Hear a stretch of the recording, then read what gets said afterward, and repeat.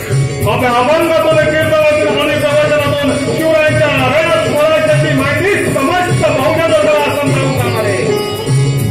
आणि प्रपंच समजून पाडवायचा सभा असा उपाय जनतेला ओळखून सांगणारे शिवरायांचे मुंडेंचे आणि बहुजनांचे खरे गुरु जगद्गुरु तुकोबा आहे.